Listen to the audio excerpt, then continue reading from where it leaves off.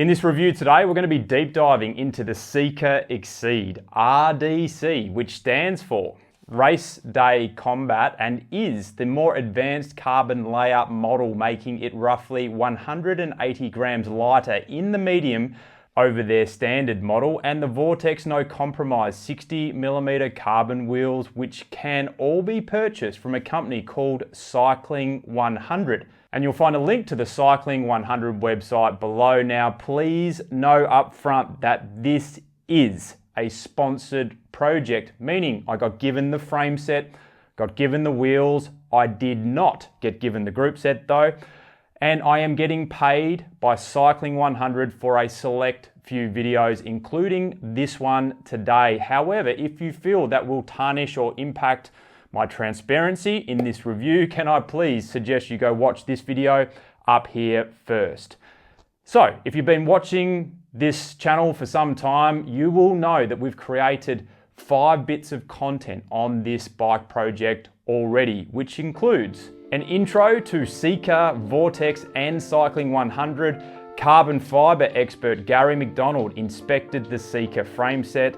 Expert bike mechanic Jay Taylor built the SEKA up. My first impressions covering costs, weight, geometry and design, and then uncovering an issue with the Vortex wheels, which has since been resolved. And today, my long-term review. So I will link to all those other pieces of content below if you want to deep dive on any of those particular areas. But today, I wanted to focus mostly on my riding experiences, including how do I rate this bike compared to mainstream top-end Tier 1 bikes that I have ridden previously, such as the Cannondale SystemSix, the Specialized Venge, the Timemachine, the Reacto, the S5, and many others, leaving you with a rating system score at the end. But before I share my riding experiences with you, some notable points I wanted to reshare again include the total build cost, including SRAM Access 12-speed 1x with a rival power meter, 11,500 AUD or 8,000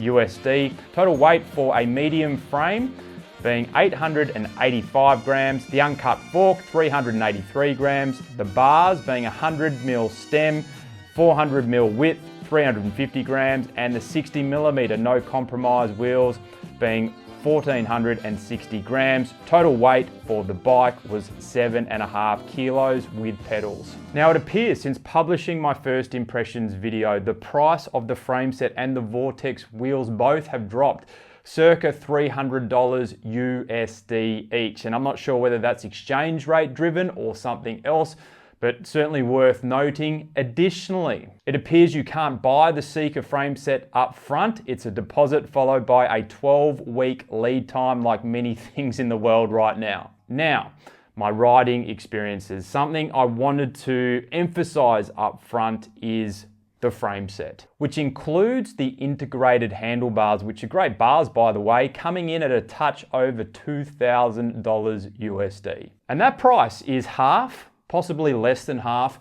what you would pay for a top-end aero mainstream bike. And I wanted to emphasize that because in my over 5 years of reviewing and testing bikes now, not only through this channel and through Bike Chaser, this bike to me, from my experiences, anecdotally, does sit in the same category as those Tier 1 mainstream aero bikes in terms of riding performance. It's got the weight, it's got the handling, it's got the speed, it's got the stiffness and the looks all on the right side. And if I was you and I was on the fence, and I've had a lot of people say I can't wait for the long-term review because I'm not sure whether I should or I shouldn't buy it, I would have no hesitations, and I'm not getting paid any commissions for sales on this bike, in recommending this bike to people that are interested in buying it, external to 3 considerations.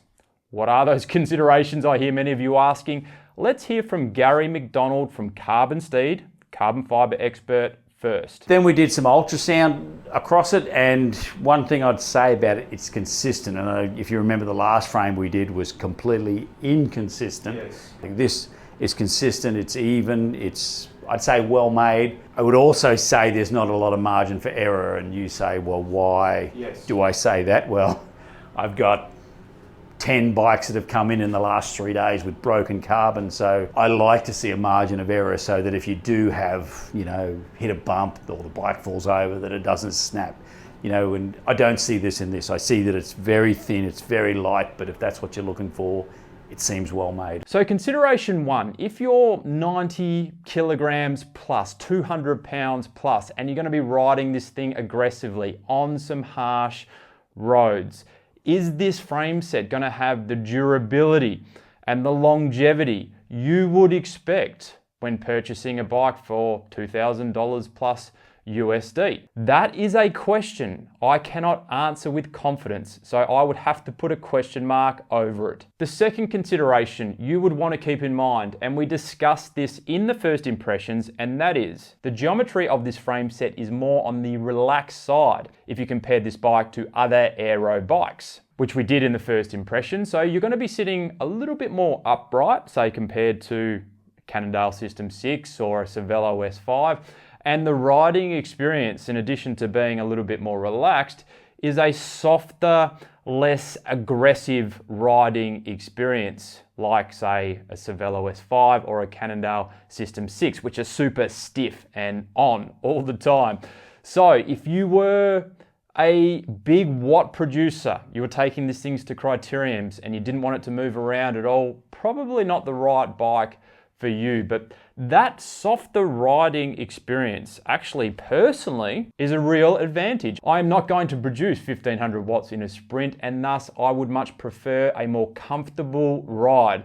A bike that I can ride on some harsher roads for 100 miles without needing back surgery afterwards. And look, that's not to say it's not stiff or responsive or anything like that. In fact, I have PR'd 2 major descents in my area on this particular setup. All I'm saying is there is a wild bull category, I would call it, in the aerospace. SystemSix, Cervelo S5, and maybe the old Venge sort of sit in that category. Some like that, I personally don't. This bike sits in more of the less aggressive aero category, and for most of us mere mortals, that is probably a good thing. Now, the third consideration that I think you should keep in mind is support. If you watch my Windspace project, you will know that that bike dipped out on the practicality score because I feel like Windspace and this brand, and probably most brands you're buying direct from China, don't have the support infrastructure that the mainstream brands have. So if you're going to run into things like warranty issues or just general questions or queries, whatever it may be, I don't feel you're going to get the same level of support if you were, say, to buy a Specialized, Giant, Cannondale, whatever it may be. But hey, if you're getting a frame for half the price, then something has got to give. So one final point that I wanted to make is on geometry. And that is, I am normally a 54 centimeter medium frame at 179 centimeters in height, and my bar stem is normally 100 millimeters. These frames are just a touch on the smaller side, so something to keep in mind with a shorter reach. So I should have gone 110 millimeter stem, which Cycling 100 kindly sent me 110 millimeter stem. It's yet to go on the bike due to a range of logistical considerations that I won't go into, but something to keep in mind if you're going to buy this frame set yourself. Now, the Vortex, no compromise, 60 millimeter carbon wheel set. Are they any good? And you would hope so for just over $2,000 USD. So with this wheel set, I feel like I've had a roller coaster relationship with them to date. When I first pulled these wheels out of the box, I said to myself, these are the most impressive wheel sets to look at, to hold, that I have ever owned. The carbon fiber spokes, which incorporate aluminium spoke heads, really set the scene before your eyes are hooked into the oversized flange, which is much taller than most flanges you will see, said to optimize the spoke angle, which in turn produces more speed and stiffness. In fact, according to the Cycling 100 website, this overall spoke design is said to be 40% stiffer and at least 40% stronger than traditional SAPM X-ray spokes, which are used by many wheel manufacturers. Add to that some ceramic bearings and a nice feeling rim, which is no doubt due to the Toray 800 carbon fiber design. I was really looking forward to getting these carbon rims on the road and testing them. However, shortly after testing them, I noticed some bizarre feedback coming through the pedal stroke, which turned out to be a hub issue, which was causing the cassette to rotate off center ever so slightly.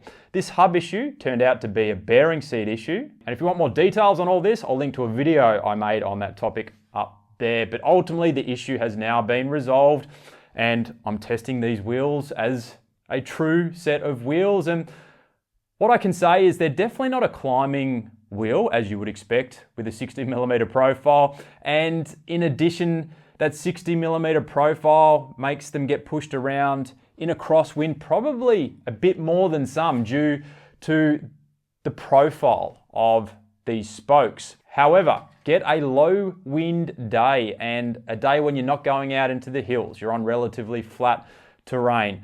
These wheels are up there with some of the best wheels that I have ever ridden. Stiff as they come. In fact, I can't recall riding a stiffer wheel set and fast. In a draft, in a bunch ride, I genuinely feel I am on the pedals a lot less, so they're doing the job you would expect for a $2,000 USD wheel. So despite the roller coaster relationship, these wheels have definitely found a special place in my collection. So, the rating system. Before we get into it, a few things that I wanted to point out to alleviate any confusion.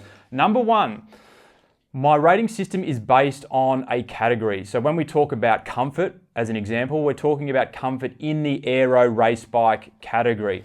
Number two, I don't use the number 7 as I've been told a cop out. And number 3, just a couple of things here in terms of how I've rated this bike.